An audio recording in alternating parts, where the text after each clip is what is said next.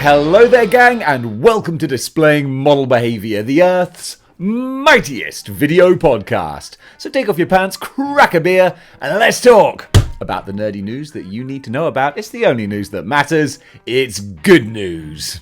Kicking things off now with McFarlane, and they got 5 big new releases that they're showcasing here. First of all, the Vampire Green Lantern, who I did a little preview on a little while ago now. Well, we got the full-on pictures, and I got to say, I rag on McFarlane all the time, but guess what? I think this guy looks awesome. I don't want him in my collection because it's a vampirized? Got to figure out what the term for that is. A vampirized Green Lantern. I don't need him, but I think genuinely the face sculpt on this. Look at this boy. Look at that with the that looks really good. I'm genuinely full on impressed with this.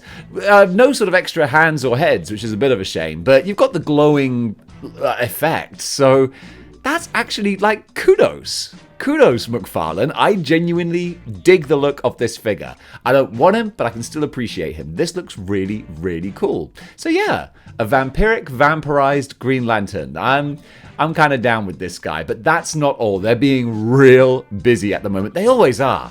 I mean, say what you will about McFarlane, but they are prolific. But we've also got... Oh, who is this guy? All right, I just checked. And it is Black Lightning. I was going to say Black Lightning, but I thought almost like that was too obvious. Like, wait a minute, a black man with lightning powers? Is it Black Lightning? I thought, no, that's too much of an obvious one. No, it is Black Lightning. And now we're back to normal McFarlane, or Mid-Farlane, if you will. Yeah, I'm sorry, I'm always going to be a little bit mean, but this doesn't do anything for me. I think the face looks kind of plain, not much going on there. The Green Lantern animated vampire one, that just looks, I mean animated like the face looks like it's animated, like it's moving. This looks like a toy's face, kind of like a cheap toy's face. And I'm sorry, but even though I don't really know the character of Black Lightning very well, I feel like Black Lightning deserves better. Justice for Black Lightning. That's what I'm asking for over here. Because yeah, this looks like the middiest, middle of the road, mid action figure that McFarlane have made. So yeah, I'm not impressed with that. And then we got Midnighter. Speaking of mid, is this a Midnighter? Well, we're going to find out. Yes is the answer. Well, yes and no. Look, again, it's the face. It's the face. Midnighter suits himself to the McFarlane style, because, I mean, they love making Batman figures, and Midnighter is pretty much edgy Batman. That's what it is. Just snip the ears off of Batman and you've got Midnighter here. And that in itself is okay, but Midnighter, from what I know about the character, he should have a bit of a sadistic-looking grin on his face. He's kind of sinister. He's from the Authority. I remember learning about this in a live stream. So he's from the Authority, which are like, was it Wildstorm? It was a different company's Justice League, essentially. Justice League equivalent. And now DC owns them. So there you go. They're in the DC universe. And this is a sinister, sadistic version of Batman. But he doesn't look sinister and sadistic. He looks kind of derpy, to be honest. That face sculpt, woof. Actually, it's funny. The buckles on his forearms, that's pretty much just Batman spikes right there. It's the same visual aesthetic, just with buckles and belts as opposed to spikes. But yeah, it looks okay, but yeah, only okay. I really think they missed a trick with the face sculpt on this one. Could have done better. Then we got Dubry over here. Fire guy. What's his name? Fire Walk With Me? Nope, that's a movie based on, oh gosh, what's the name of the TV show? Twin Peaks! Wave Rider. That's the name of the guy, Wave Rider. So yes, we got Wave Rider here, and actually Wave Rider looks, better than the others. Or at least, I think so. Well, he looks better than Midnighter and Black Lightning, at least. Just because I like the fire effects. And I like that they've thrown in some kind of grey, smoky kind of look to it as well. That's kind of fun. And the golden sheen on there is nice. Fire hair, I will always be a fan of. I wish that Hasbro did that with the Human Torch more. I think the fire hair, it just looks cool. I dig it. And I know that they have done that with Human Torch, but I just want it done more, to be honest. So this guy's okay, but again, I don't like the lack of hands, because it's just a clenched fist. Oh wait, does he have other hands as well? Hang on, let me go back. Yeah, okay, no, shut up, Dave. Pay attention to when you're looking at the pictures. He's got extra hands, and so, because at first I thought it was just this, whatever the heck this is, and a fist, and what are you doing with that? But no, 2 fists, that's what I think could work quite well. Or, again, I'm not sure what is the finger gun? Interesting choices, especially when with the card art, he's got these nice open hands that the flames fit over. I think those would be better ones to go for. Again, harkens me back to Hasbro and how they can kind of kill it sometimes with the flaming fists for flaming characters. I like that. But still, I'm not going to rag on him. He actually looks okay. Now, after seeing a customizer recently using all these McFarlane bodies for customs, I'm just thinking about what great bases these could be for other characters. But then we have Alfred Pennyworth, sir. And genuinely, this looks nice. I guts to say. I don't know why I'm whispering. Straight up, he looks really good.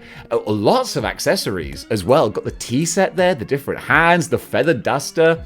This is animated Alfred, and he looks exactly like animated Alfred should look. Oh, and oof. This is the first time I'm seeing that animated packaging. That looks great.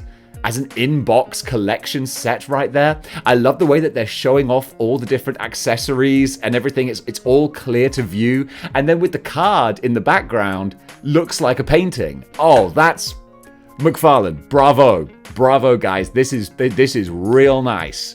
I genuinely like that. I'm a big proponent of 90s Batman the Animated Series. That's hardly a hot, spicy take. Pretty much most people like that. You know, anyone with taste, basically. But yeah, this Alfred, he looks really great. So come on, Hasbro, take some notes. Give us a Jarvis. You know what? That would have been a good tier. That would have been a good tier for Giant Man, would have been Jarvis, because he's not an essential character, but he's a nice one. But we're not going to see that, unfortunately, and I'm starting to think that we won't see Giant Man either, which is a shame. But hey, that's a discussion for another time. Still, McFarlane, they're working overtime. Loose Collector has a special edition Mr. Hyde variant available through Big Bad Toy Store, and this is just more Mr. Hyde goodness. And when you're dealing with a figure like the one behind me, there's a lot of goodness to have. So this version of Mr. Hyde, slightly different color scheme, got the more black-toned clothing, but also 2 little glow-in-the-dark creepy imp babies. Yes, sir. I kind of dig that. There's just, I mean, look, freaky demon babies, why the heck not? And a glow-in-the-dark gimmick, I'm always going to have time for a glow-in-the-dark gimmick. And quite frankly, I've been won over to Loose Collector this year with the Mr. Hyde and with the previews of the gigantic wolf figure, the werewolf figure he's doing. I'm kind of all in on Loose Collector now, so I'm digging this. I'm digging this output. I don't need another Hyde, personally. I've got this one. I got the OG. But if you don't have the OG and you want some freaky glow-in-the-dark demon babies, well, get yourself over to big old bad old toy store. That's its full name, apparently, according to me. Only 300 pieces, though, so y'all better move quick, because this Mr. Hyde won't be around for long.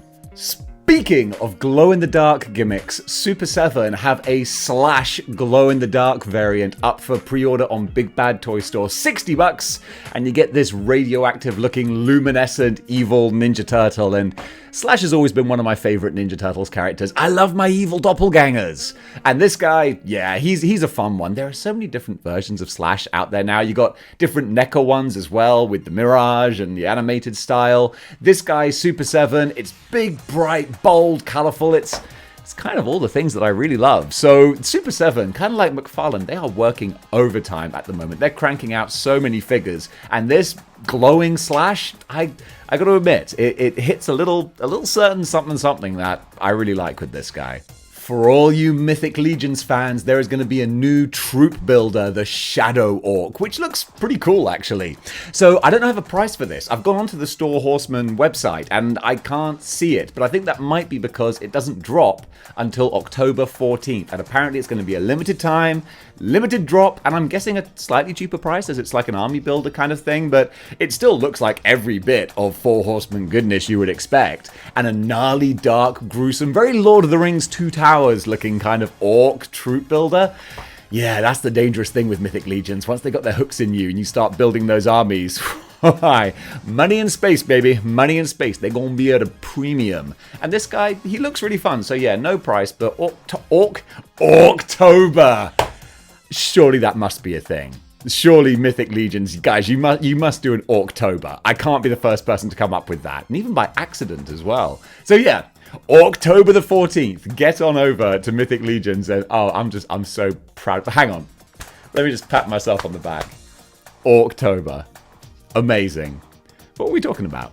Mondo have a New York Comic-Con exclusive red or crimson Doomslayer figure, 1/6 scale, and the best part of $300. But dude, if you're at New York City Comic-Con, could you grab me one, please? I'll get you back. Don't worry.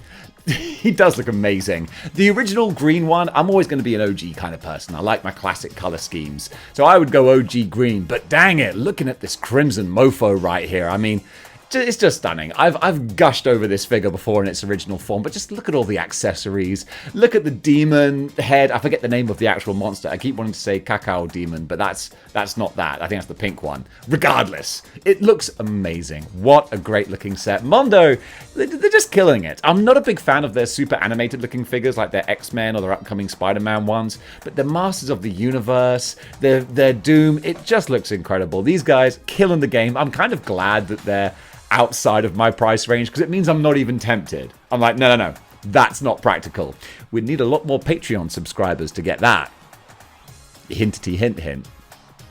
But nonetheless, this looks wicked. If you're at New York Comic-Con, go check it out, because yeah, it's Doom. It's the Doom Slayer. That's always gonna rent some space in my head. It looks awesome. Also available as a New York Comic-Con exclusive is the Super 7 Heat Ray Godzilla. Going to be about 7 inches tall. I'm not sure what scale that puts it at, like 1/1000th scale? I don't know, math is hard. But it looks like a fun Godzilla. This is my classic, my favorite preferred look of Godzilla, where he looks like a little bit catty, a little bit cute, but also kind of terrifying. So that looks pretty wicked. I've got a little Godzilla in my collection. I'm always looking to get a better one, but I just haven't found my perfect Godzilla. This wouldn't be it either, actually. I want a slightly bigger Godzilla. One day I'll find him. The problem is that here in Japan, there's so many to choose from, I get like choice paralysis. But yeah, one day I'm going to upgrade my Godzilla. Not with this one, but with a different one. Don't know which one, but it will happen eventually. And we're not done yet. Not with Super 7, not with Godzilla, and not with glow-in-the-dark figures, because we're going to combine all three of them with 2 reaction figures that they're doing. We got Godzilla and Gigan. I had to glance down there because I was like, is it Gigan? It is Gigan. Also New York Comic-Con exclusives. Go check them out as well if you want the little 3.75-inch scale things. But the thing is, I allow these 3.75-inch scale figures because they're not 3.75-inch scale. They're the same size as those guys, but of course that scale doesn't work because these are huge, great big kaijus. So therefore, I get around my 3.75-inch rule by saying that these guys would be acceptable on your shelves. But don't worry, my 3.75-inch prejudice is still alive and well. I got no time for you perverts. And now, thanks to NECA, you too can become Batman or Batgirl or Robin for that matter with their official prop replica Batarangs. I paused there for a second because I couldn't think what they were called. The Batarangs, based on the 1966 Adam West show. When I first saw these with the rope tied through and knotted, I thought, that looks a bit camp and kitschy, and I thought, that doesn't look very cool. And then I realized, it's the 1966 version. Of course, it's camp, kitsch, and silly, and by that logic, it's kind of fun and pretty cool, actually. So these range from $30 to $45, so not crazy priced either. And they properly fold up and out, and it looks like a really fun prop. I do not recommend throwing them up to the roof of a building and attempting to climb. I don't think that would be a good idea. If some of you guys try that, I might lose a few subscriber numbers. So just purely as a prop replica, I really didn't need to give a health warning on that. I'm pretty sure no one would actually try doing that. But hey, we live in a crazy world. A crazy, litigious world. Ain't nobody gonna fall from the top of a building and then break their legs but still survive and then come after me for my money, suing me saying that it was my fault for encouraging them. Because if you sue me for everything I've got, well, you're gonna end up with a few action figures. That's about it. But yeah, these look kind of fun. Go on over to the NECA store. They're for sale now. Well, pre-order now. And yeah, they look kind of fun. You might say I feel like Radiation Man. That's Radioactive Man, jerk! Get that little kid's name. No one makes a fool out of Diamond Joe Quimby. Well, you know what I'm going to be talking about now. The Radiation Man figure, another Super 7 New York City Comic-Con exclusive from their Toxic Crusaders line. It glows in the dark, it's a radioactive man, it does what it says on the tin. I can't really add any more than that. I'm already showing you the pretty pictures, and if you're in New York and you want to go to Comic-Con, to be honest, if you're watching this video and you're in New York, why wouldn't you want to go to Comic-Con?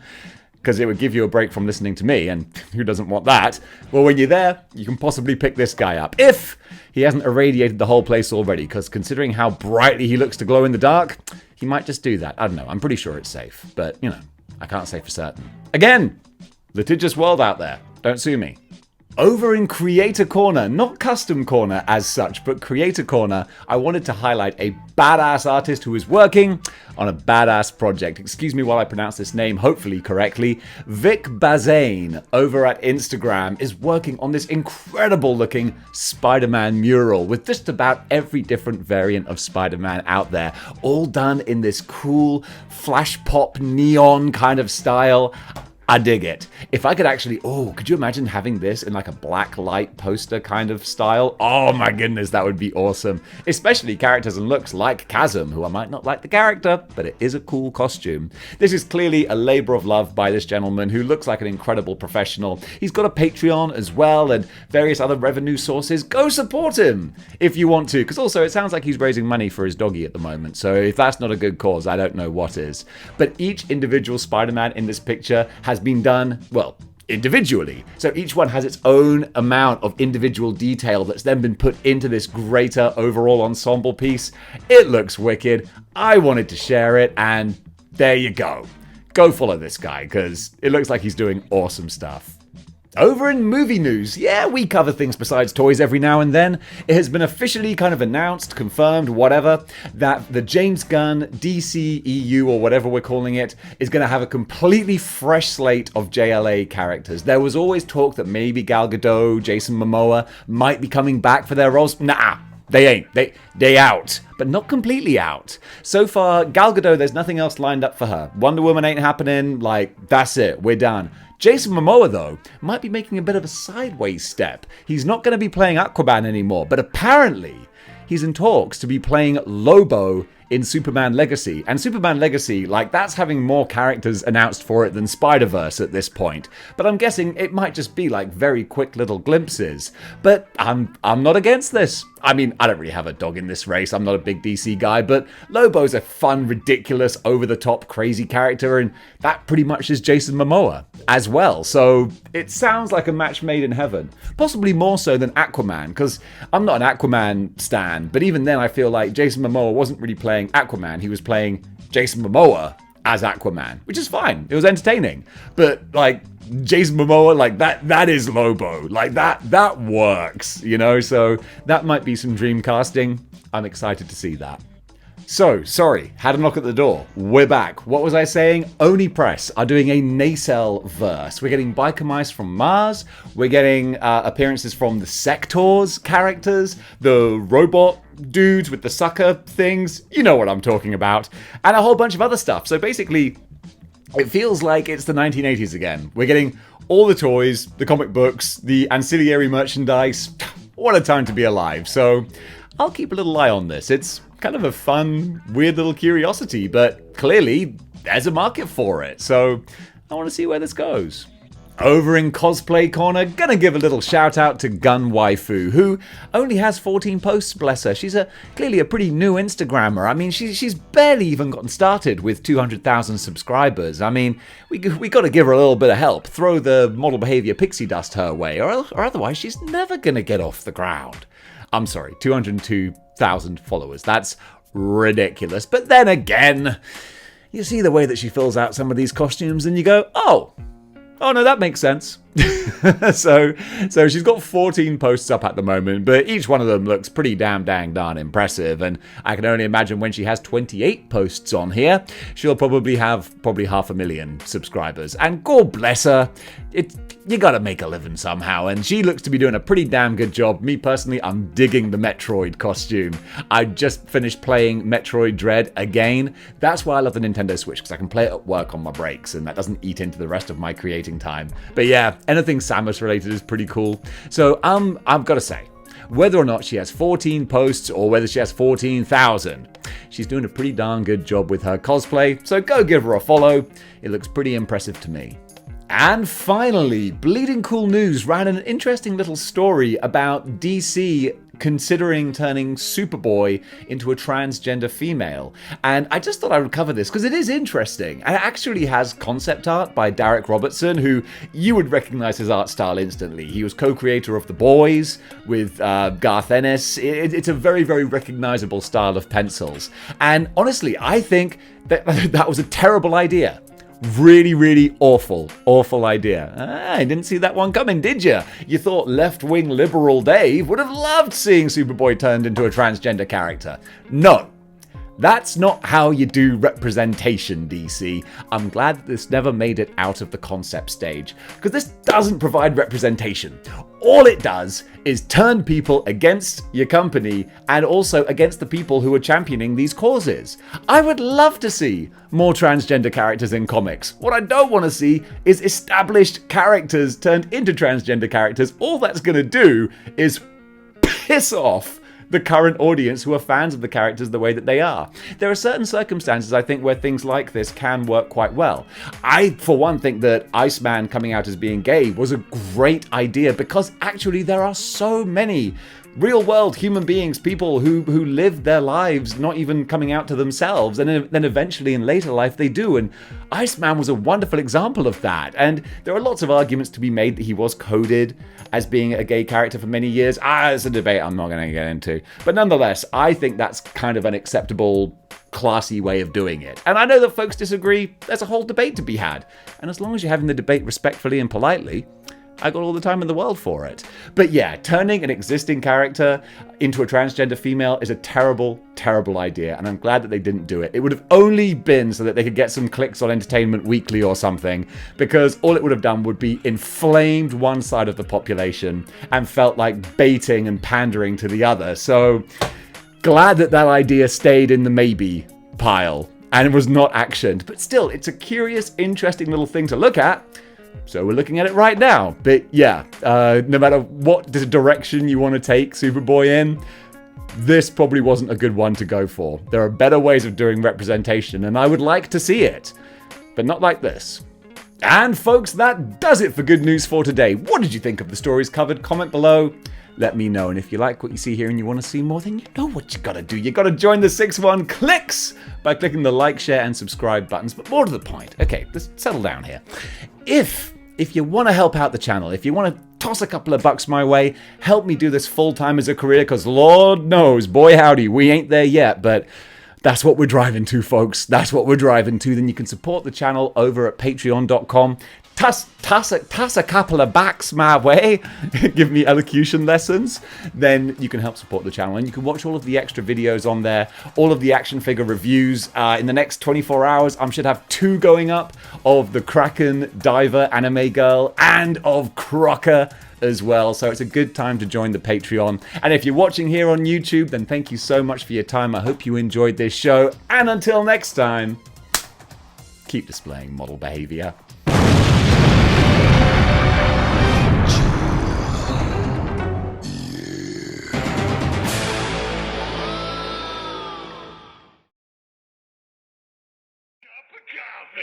Cup of coffee. Big time.